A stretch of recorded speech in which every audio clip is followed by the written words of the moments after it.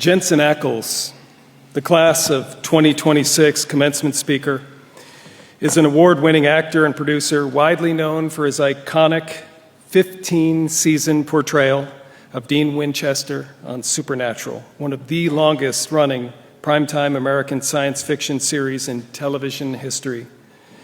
His career spans nearly 3 decades in television, film, and voice acting, beginning in 1997 with his 3-time Emmy-nominated role.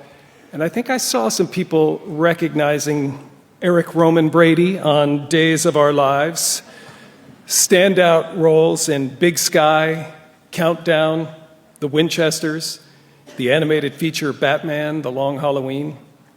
Many of you may know him as Soldier Boy, an analog man trapped in a digital world from the Emmy Award-winning series and the #1 streaming program in the world currently, The Boys. Jensen recently wrapped filming for Vought Rising, a prequel to The Boys that will be released in 2027. Jensen and his wife, Danielle, are entrepreneurial, creative, and philanthropic collaborators. And while his professional accomplishments continue to inspire audiences worldwide, I've come to know him as a devoted husband, father of 3 young GFA dragons, and an incredibly thoughtful and authentic human being. True to form, after flying back from work in Europe earlier this week, Jensen wanted to spend some time getting to know this remarkable group of seniors. I think we have a photograph there, earning him the rare distinction of honorary senior class status. Please join me in welcoming Jensen Ackles. Oh, I'm so excited. Thank you. I really appreciate it. Have fun.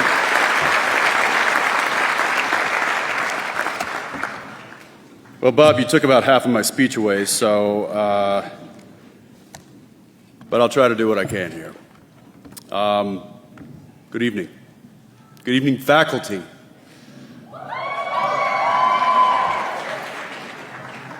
Good evening, families. Good evening, friends. But I want to talk to the people that I'm here to talk to, and that is you guys, graduating class of 2026. Now, when they asked me to do this speech, my first thought was, well, somebody's made a mistake, which led me to my next thought, which was, okay, I've got decades in the entertainment industry under my belt. I should be able to do this, which led me to my third thought. Where's the script? Who's writing this? 30 years as an actor, that's where my brain goes. And they said, like all good educators would, no, Jensen, you're going to have to write it yourself. So, I did not use ChatGPT. Probably would have given you something better than you're about to hear. That said, I stared at a blank page for longer than I would like to admit. I Googled how to give a commencement address. First result was speak from the heart, which is genuinely good advice. It's also the kind of advice that sounds simple until you're actually having to do it, knowing you'll be standing up here in front of several hundred people who really, let's be honest, just want to get to the after party. But the more I sat with it, the more I realized the fact that this was hard, that I didn't know where to start. Well, that was it. And that's exactly the territory I want to explore with you today. I grew up just outside of Dallas, Texas. You can hear it from time to time. And when I started my senior year at my enormous public high school, we had about 700 in our graduating class. I had a plan. I was going to finish school strong. I was going to go to college. I was going to study sports medicine, kinesiology, become an athletic trainer for a pro sports team, travel the world. It's a solid plan for a senior. It's a responsible plan. It's a safe plan. See, I loved sports. I played a lot of them, as many as I could. Football, baseball, basketball, soccer, lacrosse. So safe to say I was a bit of a jock. So if I wasn't going to go pro in any of these, well, at least I could be around sports. That was the idea. Becoming an actor was not on my to-do list. I did take drama class, here and there, but merely as an art elective. I did like it, but back then there just wasn't enough time to do that and sports. But about halfway through my senior year, something happened. My drama teacher, who'd kind of been on me for years to be more involved, she asked me if I would be in the spring musical. I don't sing, so I was a little surprised, because the annual production is usually reserved for the more serious high school thespians. Besides, it conflicted with my varsity baseball schedule, so I politely declined. Well, she didn't take no for an answer this time. She went to my coach, and she said she really needs one of his players. A day later, Coach Young called me into his office. I thought I was in trouble. He looked at me calmly and said, "Son, I understand you might have some other talents. Miss Kaiser tells me you're pretty good at this drama thing. She wants you to be a part of the spring show." Then he said, "Listen, you busted your tail for me for 3 years. You're a good player, but you only get to do high school once. And I think you should get the most out of this high school experience as you possibly can. Go do the show." Now, that's coming from a Texas high school baseball coach in the late 90s. That did not happen, okay? I was pretty floored when that happened. So after some thought, I decided to go out for the play. Now, that year we were doing West Side Story. I thought I might get to be a jet, right? No, she gave me Tony, the lead. So there I was opening night, never sang in front of a crowd. And I could just make out the first 2 rows from the lights bouncing off of the stage. And there sat Coach Young and the rest of my baseball team. Now, they freaked out when I came out, and I was like, "Who knows, could be, there's something new any day." Their eyes were saucers. It was, needless to say, they did come up after me after the show and said, "Yeah, that was good, man." So I was happy about that. Now, that night, there happened to be somebody else sitting in the audience, a talent scout from LA. Now, he was in town visiting family and friends and thought he'd take in a few local productions. He wasn't there for me. He had no idea I existed. But he saw something that night. Something caught his eye.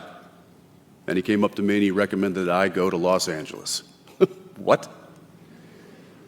So after many lengthy conversations with my parents and with him and with myself, there I was, 18 years old, packing up my things and moving to LA. No plan B. Just a hunch and a few people who believed in me before I believed in myself. That moment, a drama teacher, a baseball coach, a stranger in the audience, changed everything. And what happened next is what I want to talk to you about. See, here is what the world will show you about successful people. The finished scene, the final cut, the standing ovation, the award, the headline, the moment of arrival. What the world doesn't show you, what nobody bothers to frame and hang on the wall, is everything that came before. The auditions that went nowhere, the roles that I didn't get, the try and the fail. The days I drove home, stuck in traffic, wondering if I'd made a catastrophic mistake, wondering if I should just call home, admit defeat, and start over. I took that drive more than I'd like. My first big job, finally, was on Days of Our Lives, a soap opera, like Bob said. For those of you who are too young to know what that is, just ask your grandmothers. I played Eric Brady. I was 19 years old, and I thought, I made it. This is it. I could do the show for the rest of my life and be happy. Some people do. The show's still going, I believe. But I was wrong. I decided to leave the show after 3 years, thanks to some strong advice from the woman who played my mother, Deidre Hall. And once again, I set off into the unknown. It was one of the toughest things I had to do, but it was also one of the best things that had happened to me. Because after that, I went through years of what I call the draft phase. Guest spots, small roles, a series that got canceled before it ever even aired, a small budget horror movie, don't recommend. Pilot shows that didn't get picked up. I auditioned for Superman, came close, didn't get it. I went in for other roles I wanted, roles I prepared for, roles I thought I could nail. I didn't get those either. Now, this is not a story of failure. This is a story of every working actor who ever became anything. Right, Ward?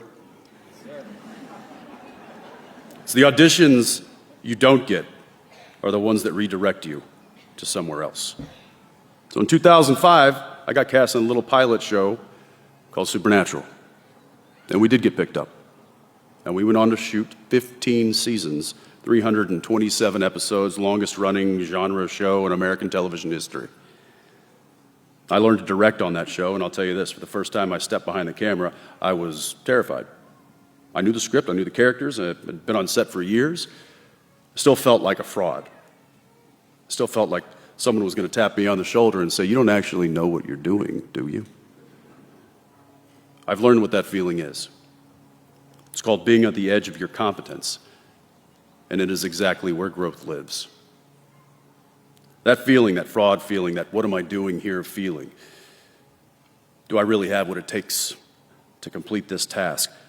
I hope that never goes away, because it can be a powerful motivator. Which brings me to one of the main things I love about this school, GFA. The reasons all three of my kids will hopefully one day be sitting under this very tent, listening to some other speaker talk about the lessons that they learned through their journey in life. The school's motto says something I want to sit with for a moment. It says, GFA engages students as partners in order to prepare them for lives of purpose. Lives of purpose. Not lives of comfort, not lives of certainty, not lives where everything goes according to plan. Purpose is something different. Purpose is what keeps you moving when the plan hits a bump, veers off track, or totally collapses. And I promise you, one of those things will happen, if not all three.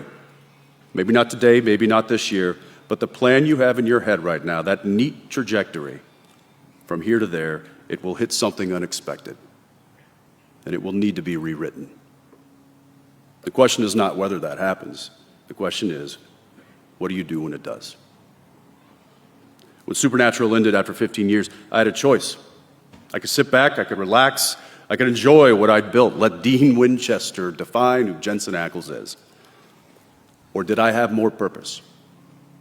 I did. So I went after something different. I used that trajectory from the show to open up new doors. I signed a development deal with Warner Brothers. I executive produced a series. I went after a big part on a massive show called The Boys. And I want to be honest with you about how that actually looked. I didn't get a phone call. I didn't get an offer to go and play that role. I auditioned multiple times. They considered other people. They wanted somebody older, somebody different, somebody with a longer resume. There were real moments when I thought this isn't going to happen. But I didn't walk away. I gave it my best, and I gave it everything I had. I had to earn it. And I kept believing that I had a real shot if I was willing to persist. And wouldn't you know it, I got it. I got to play Soldier Boy on The Boys. And like Bob said, I even got my own spinoff, airing early next year. But that drive, that desire of purpose, changed my path once again. Then there's the other word in GFA motto, partners. I want to tell you what that word means to me, at least professionally. If I get into the partnership of marriage, that's a whole other speech, but if you're interested, find me, we can talk about that too. So partners, I spent 15 years on a set with the same person on Supernatural, a guy named Jared Padalecki. It took me most of that time just to figure out how to say his last name. But 15 years, that's longer than kindergarten through 12th grade. Imagine sitting next to the same person that entire time. We played brothers on screen. We became brothers off. There was definitely a partnership. There were many days when we relied on one another to make it through. Filming can be hard. It's not just red carpets and sunglasses. It's harsh weather, it's long days, it's even longer nights. There's short turnarounds, there's broken bones from stunts, there's being far from home, missing your family, missing your friends, COVID. It was not easy. Safe to say, we went through a lot together. But having that partner, someone to rely on, someone who would rely on you, is sometimes the only thing that got us through. Now, technically, we had about 200 crew people that were relying on us, so we weren't about to let them down either. But when someone needs you like that, showing up for that person matters more than anything else. You cannot manufacture that. You build it slowly through consistency, through showing up even when you don't feel like it, because that is what partners do for each other. Find those people, be those people, and guard those relationships. Show up for them, and let them show up for you. I've learned this from being on set, navigating this entertainment industry, and I get reminded of it constantly. Whether starting a new project with a new cast, sitting in a makeup trailer, rehearsing lines, rehearsing stunts.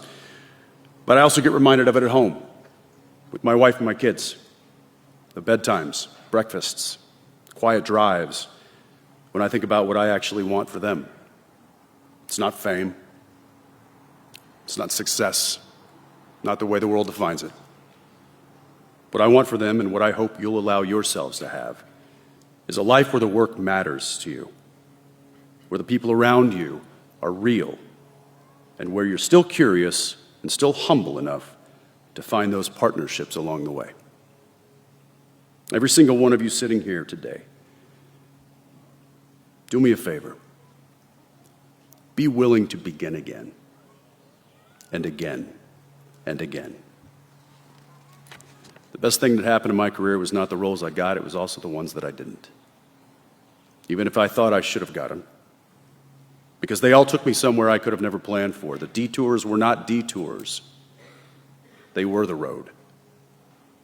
Your road starts today, and it will surprise you. Let it. You came into Greens Farms Academy as students. You are leaving as something more, as people who have been taught to think, to question, to engage with a world bigger than your own zip code. Don't waste it on a small life. Take the risk. Travel to places you've never been. Try things that scare you. Apply for the thing that you might not get. Choose the friends who challenge you over the ones who agree with you. And when you fail, when, not if, you get back up, you take what you've learned, and you go again. Because here's the thing about not knowing where to start. It means you're still in the process. You're still becoming. I'm still becoming. Every role I take is a new first draft, and I wouldn't trade any of it. Not the canceled series, not the horror movie that nobody saw, not the audition that I lost. Every single one made me ready for what came next. You are ready for what comes next. So congratulations, seniors. You've earned this day. Every moment of doubt, every draft that didn't work, every time you had no idea where to start, it all brought you here. Every day after this is yours to earn. That is not a burden. That is a rare and precious gift. Go Dragons. Awesome. Oh, so good. Outstanding.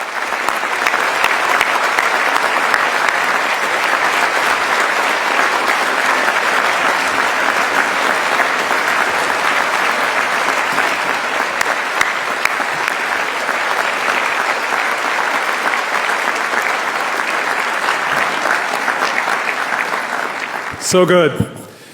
Thank you, Jensen.